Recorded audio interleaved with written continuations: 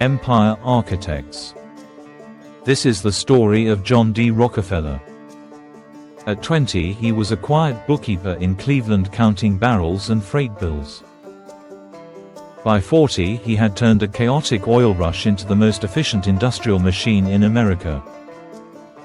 The defining move was not a single well or a lucky strike. It was a decision to control the logistics others ignored. Cut transport costs relentlessly. Standardize everything. Buy competitors methodically. Then pass the savings into lower prices that no one could match. That move built Standard Oil and a new model for scale. John Davison Rockefeller was born in 1839 in Richford, New York. According to Encyclopedia Britannica, his father was a traveling salesman and his mother was a devout Baptist who kept the household disciplined and frugal. The family moved often before settling near Cleveland. School came easily, but work came earlier. At 16, he took a job as an assistant bookkeeper at a commission merchant in Cleveland. The pay was modest. The education was permanent. He learned double entry accounting. He learned that small leaks sink big ships. He learned that profit hides in freight rates and fuel costs more often than in headlines. The first business came in his early 20s. In 1859, he formed a produce commission firm with Morris Clark. They shipped grain and meat on the Great Lakes and down the rivers.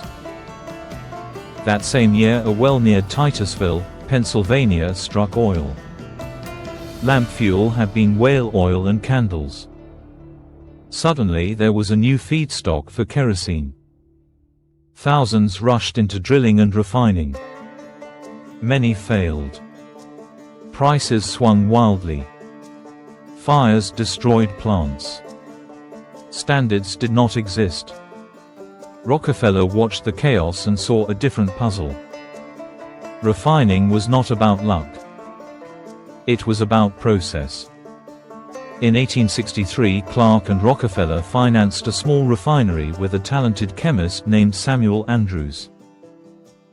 Refining margins looked attractive on paper and dangerous in practice. Kerosene had to be pure to avoid explosions. Naphtha and gasoline were byproducts that many dumped or burned.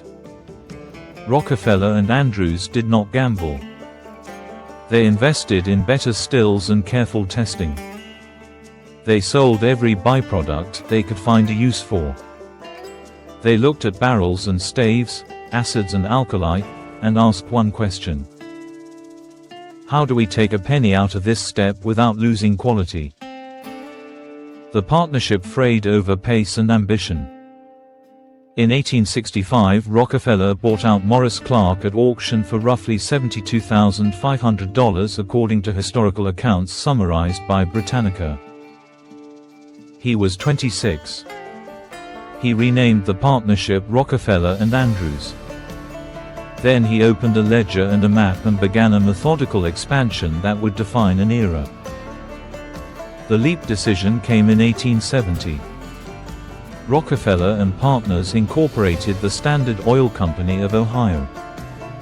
According to Encyclopedia Britannica, the goal was explicit: consolidate refining in Cleveland and then beyond. Stabilize prices. Reduce waste. Control transport. The contrarian insight was simple. In a boom, the least efficient operator sets the market price. If a single firm could drive costs down far below that operator and keep enough volume to fill its plant every day, it could profit at prices that would force weaker firms to sell or close. Standard Oil's playbook read like quiet engineering. It negotiated aggressively with railroads for freight rebates. It promised steady high volume in exchange for lower rates. It pushed for drawbacks, payments tied to the shipment of rivals' oil, a practice later condemned. It built its own cooperages to make barrels. It built tank cars to move oil safely. It added laboratory testing to improve kerosene quality and to capture value from petrochemical byproducts.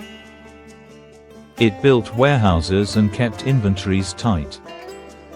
It hired auditors who found pennies the way others found quarters. Here is what most people miss. The move that created the empire was not only buying competitors. It was controlling the friction nobody wanted to manage. Freight, barrels, spills, fire risk. By taking cost out of logistics and by squeezing waste out of process, Standard Oil could cut prices and still generate cash. Validation came fast. Standard bought refiners across Cleveland, then Pittsburgh, then Philadelphia and New York. Prices for kerosene fell. According to Britannica and Economic Histories, the price of refined kerosene dropped dramatically between the 1860s and the 1880s as process efficiency improved and competition consolidated. Households that once rationed light could now afford lamps that burned cleaner and safer. Standard Oil's share rose with each purchase. By 1879, the company controlled roughly 90% of U.S. refining capacity according to Encyclopedia Britannica. But that is not the full picture. The rebates and the push for control sparked a public backlash. In 1872, a plan called the South Improvement Company attempted to formalize secret railroad agreements that favored Standard and a few allies. When news broke, independent refiners launched a boycott. Legislators held hearings. The scheme collapsed. According to Britannica and PBS American Experience, Standard denied control of the plan but benefited from the pressure it created on rivals to sell. Rockefeller adjusted without changing the core logic. He stopped talking about rebates in public. He kept negotiating for the lowest freight costs possible. He kept buying plants where owners preferred cash to uncertainty. He kept closing older, dirtier, less efficient refineries. He kept improving standards and selling byproducts. He kept driving the price of light down.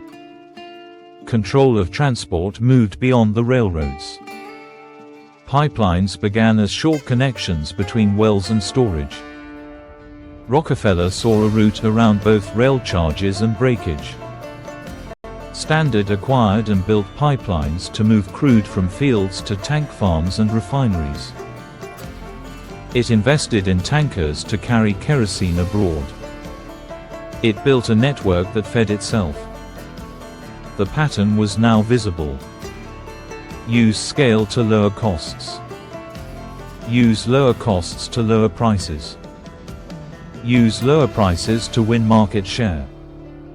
Use market share to negotiate better transport rates. Use better rates to widen the gap. Repeat until only the most efficient survivors remained, and many of those were owned by Standard. The next validation came from customers. Standard packaged kerosene in uniform cans overseas and standardized quality to reduce accidents. Reputation built market power. Retailers preferred products that did not explode. Foreign markets in Europe, Asia, and Latin America grew. Domestic demand rose with each improvement in lamps and stoves. By the 1880s, Standard exported a significant share of its production. The empire was not only national. It was global. What happened next surprised everyone. The machine hit the law. Public debate around corporate power and monopoly sharpened in the late 1880s.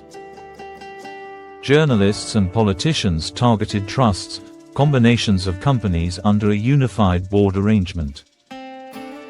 Ida Tarbell's later work in McClure's magazine told the story of Standard's tactics and influence in vivid detail. Legislatures passed antitrust statutes. In 1890, Congress passed the Sherman Antitrust Act. State courts moved first. In 1892, the Ohio Supreme Court ordered the Standard Oil Trust dissolved as an unlawful combination. Standard attempted to comply by shifting to a holding structure while keeping coordination intact. Rockefeller pushed a structural answer. In 1899, Standard Oil Company of New Jersey became the main holding company for many affiliates. This structure sought to comply with laws while keeping integration advantages. It did not end the battle.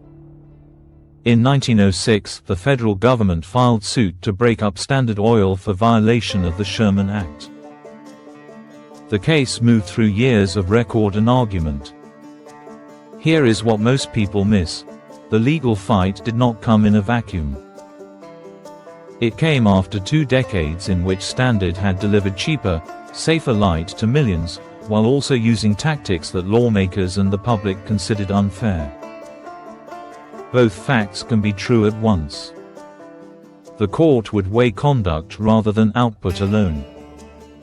In 1911, the United States Supreme Court ruled that Standard Oil had engaged in unreasonable restraints of trade and ordered its breakup into separate companies. According to the official opinion and contemporary reporting, the order created roughly 34 independent companies divided by geography and function. The holding company had to distribute shares in the new companies to its shareholders. The stakes were clear. An industrial system designed to run as one would be divided. Could the pieces compete? Would the value collapse?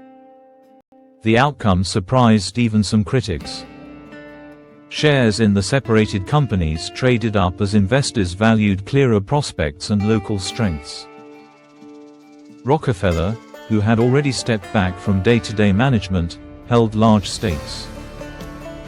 As reported by Forbes and Britannica, his personal fortune increased after the breakup as the offspring companies appreciated.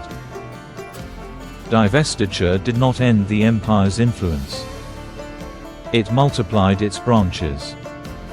The list of successes became legends in their own right.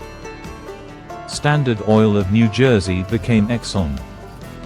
Standard Oil of New York became Mobil. Those two later merged into ExxonMobil in 1999. Standard Oil of California became Chevron. Standard Oil of Indiana became Amoco and later merged with BP. Standard Oil of Ohio, known as Sohio, was absorbed into BP. Marathon descended from Standard Oil assets and became Marathon Oil and Marathon Petroleum. According to Encyclopedia Britannica and company histories, these companies dominated petroleum for generations at home and abroad. But that is not the full picture. The most enduring part of Rockefeller's empire was not only hydrocarbons. It was philanthropy at industrial scale guided by the same managerial discipline. By the 1890s, Rockefeller had begun systematic giving. He financed the University of Chicago in 1890, ultimately contributing tens of millions of dollars to build an elite research university in the Midwest. Public accounts state that his total support for Chicago exceeded $35 million in the early decades and much more over time. In 1901, he founded the Rockefeller Institute for Medical Research in New York, later Rockefeller University, to bring laboratory science to medicine. In 1902, he endowed the General Education Board to support schools and teacher training, especially in the rural South. In 1913, he created the Rockefeller Foundation. According to the Rockefeller Foundation's historical records, initial endowment commitments reached about $182 million in its early years, with total giving over time far higher. The foundation funded public health campaigns against hookworm and yellow fever, supported medical schools, and later backed agricultural science through the beginnings of the Green Revolution. The philanthropic model borrowed from industry. Set clear missions. Hire experts. Measure outcomes. Fund at levels that can bend a curve. Avoid public grandstanding. Adjust tactics as data arrives. The same quiet operating system that found pennies in a refinery found lives in a lab. The man who started as a clerk counting barrels lived to see his century change. He retired from active leadership in the 1890s. He lived into his late 90s and died in 1937. According to Forbes and Britannica estimates, his wealth at peak amounted to roughly 1 to 2% of US GDP at the time, making him one of the richest individuals in modern history when adjusted for the size of the economy. To understand the empire he built, examine the defining decision in slow motion. Rockefeller decided to make logistics the core of strategy. He saw that the oil business was not only geology. It was a supply chain. He decided to use scale to negotiate better freight, to build or buy the pipes and cars that moved the product, to standardize quality, to squeeze waste, and to turn that advantage into lower prices. That choice forced weaker rivals to decide whether to sell, specialize, or die. Consolidation followed. The trust forms came after. The engine came first. Here is what most people miss.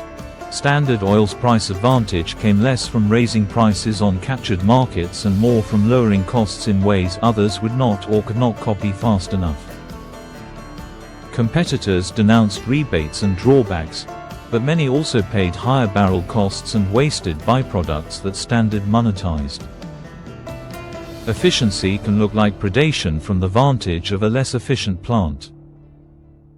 The courts focused on conduct and structure, as they should in a republic. The economics still matter. Critics asked whether the empire was inevitable. It was not. Many firms refined oil in the 1860s. Many had access to capital. Few chose the same granular discipline. Few chose to invest in the unglamorous links. Fewer still managed the politics of scale long enough to compound. Rockefeller's temperament and methods mattered. He wrote everything down. He avoided public claims. He negotiated in private. He did not speculate in wells. He preferred cash generation from converting barrels to light and heat. That focus gave Standard a base others lacked. The crisis years created the other half of the lesson. Control is a means, not a guarantee. When the legal and political environment moved, the structure adjusted or was forced to adjust. The holding company gave way to 34 firms. The playbook did not disappear. The successor companies adopted and adapted it. Integration, logistics, process engineering, and cost discipline remained the way to win in a commodity industry. For modern builders, the map is clear. Control a choke point others ignore. Relentlessly standardize the process that affects customer experience. Use scale to compound efficiency. Pass enough savings to customers to build a protective moat of goodwill and habit. Acquire to remove friction and redundancy.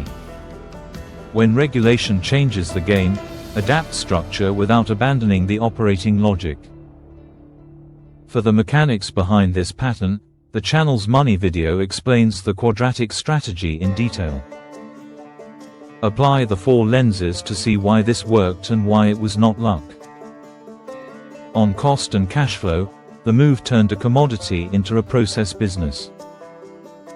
Unit costs dropped every quarter through learning and reuse.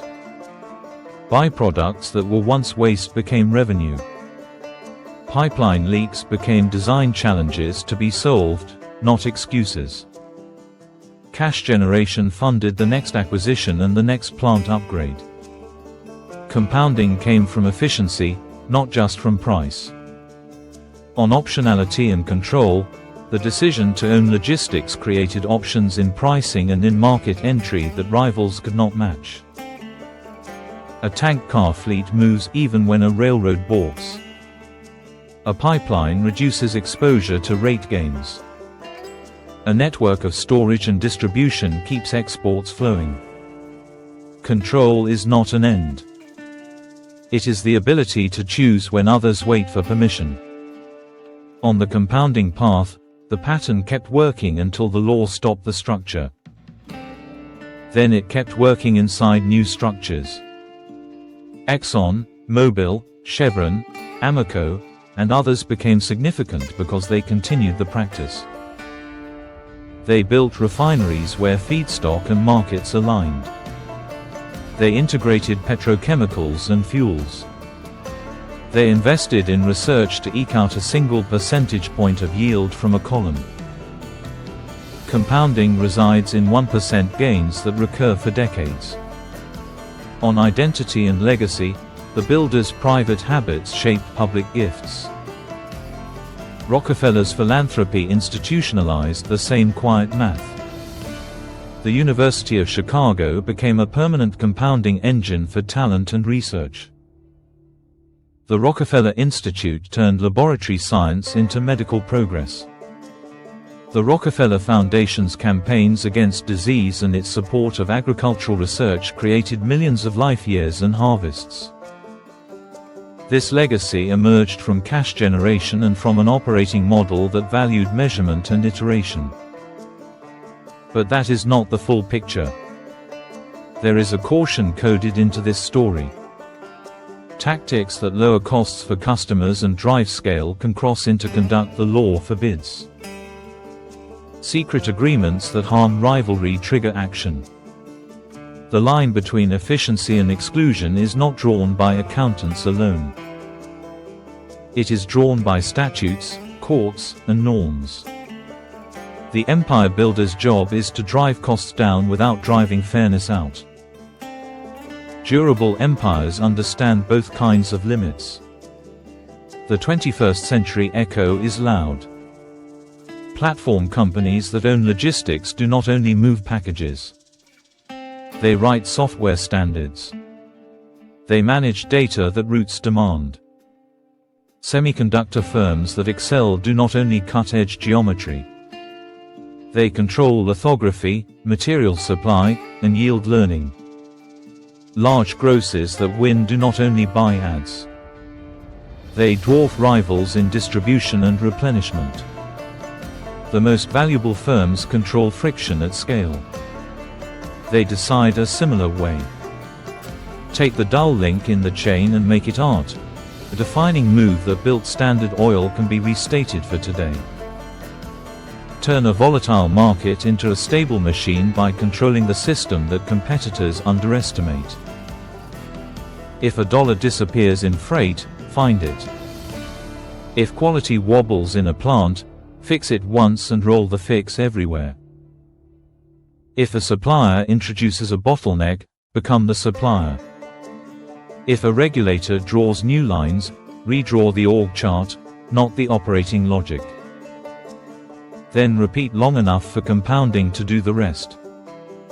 Rockefeller's story also clarifies the role of price in building power. The mainstream narrative often imagines monopoly as high prices and captive buyers. The Standard Oil case shows another path. Use lowest cost to create lowest price. Build customer habit and goodwill that deflects criticism. Then keep lowering price to make would-be rivals hesitate. The legal question remains about conduct. The market question is whether the customer is better off. Rockefeller's genius and controversy lived in that tension. What happened next after the breakup adds a final twist. The supposed destruction of the trust produced some of the most valuable enterprises of the next century. According to company histories and market records, Exxon and Mobil ran the world's largest integrated oil and gas business for decades and later merged into a modern supermajor. Chevron built a global footprint strong in upstream and downstream. Amoco shaped Midwestern and global markets before its merger into BP. Marathon and others carried process engineering forward into new chemistries. The breakup created more nodes of compounding rather than less. Shareholders who held through structure changes were rewarded. The empire builder's wealth grew through the division of his creation. That is a design lesson. If the operating logic is sound, value can survive a change in walls. It is useful to ask one more question. Would this strategy still work if someone tried to copy it directly today? The answer is no in the literal sense and yes in the pattern. The legal environment forbids the trust forms and the conduct that brought suit.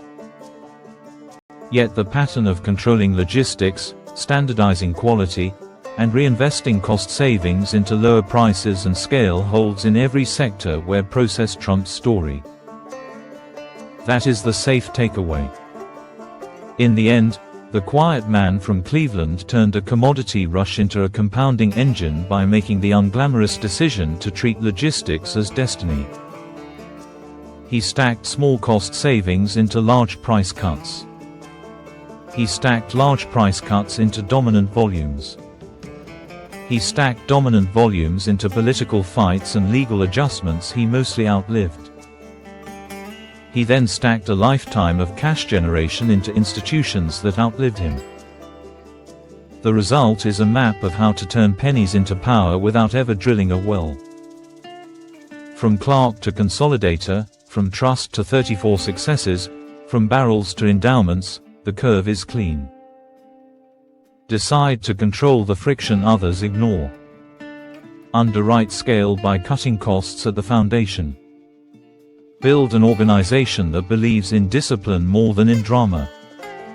Let compounding do the rest until the law reroutes your power into a forest of companies that still carry your code. For builders watching today, the lesson is calm and actionable. The empire is inside the operating system, not only in the org chart. You can borrow that system without borrowing the conduct that drew a court's ire.